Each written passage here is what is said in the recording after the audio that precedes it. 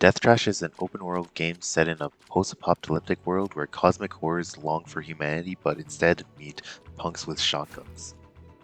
It combines old-school role-playing, modern action gameplay, and player freedom for an open-world game. This game is still in early access, so a lot could change in the final product, but it's still really interesting of a game.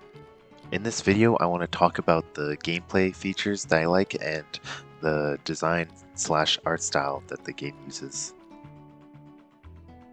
When you first start a new save and after you're done creating your character, you're greeted by 3 robot guys talking about how you were infected with something, so you are being kicked out of a settlement, and that if you try to enter the settlement again or try to reproduce, you'll be killed. In the tutorial, you are taught basic things like how to move, how to dodge, and how to fight, but you're also taught things like how you can use your own puke as a resource for some objects that you can interact with, which is kinda gross. Right off the bat, because of that, I can tell that this game is going to be interesting because it sets the tone for the rest of the game, and since I've never seen a game use something like that as a feature.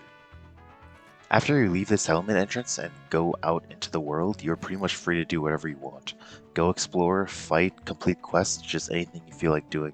And after the tutorial, it feels like any open world game that's set in a post-apocalyptic world. This game really reminds me of the Fallout games and Borderlands games. The game is fairly simple, and there is a decent amount of core stats and skills that you could level. The core stats includes hardness, which increases your max health, strength, which allows the use of better melee weapons and higher crit chance for melee weapons, finesse, which allows the use of better range weapons and higher crit chance for range weapons, occultism, which allows for the use of abilities that communicate with the flesh, cybertech, which allows the use of most forms of implants and tech abilities, and empathy, which influences some interactions with other characters.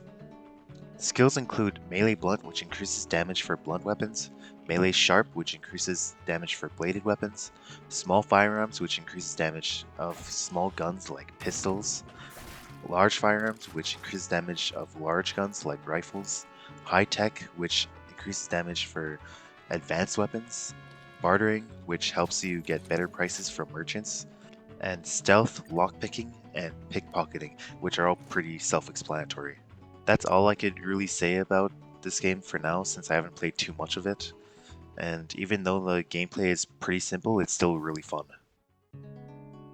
This game has a pixelated art style, but even though it is pixelated, it doesn't take away from any detail. As I played through the game, I noticed that a lot of things, like terrain and objects in the area, like plants and technology, all have really good designs, and you could easily recognize what they are, and that they aren't an enemy or anything like that.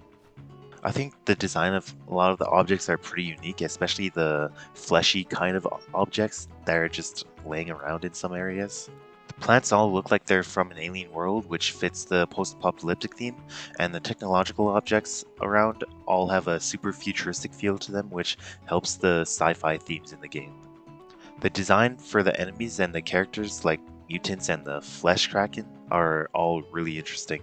There are a few different variants of the mutant enemies that I saw, but all of them have some distinguishing features on their heads and bodies. There's not much else that I could say about this game since I haven't played it for that long, but the world in the game is really interesting and it's very visually appealing, so I can see myself playing it for a while.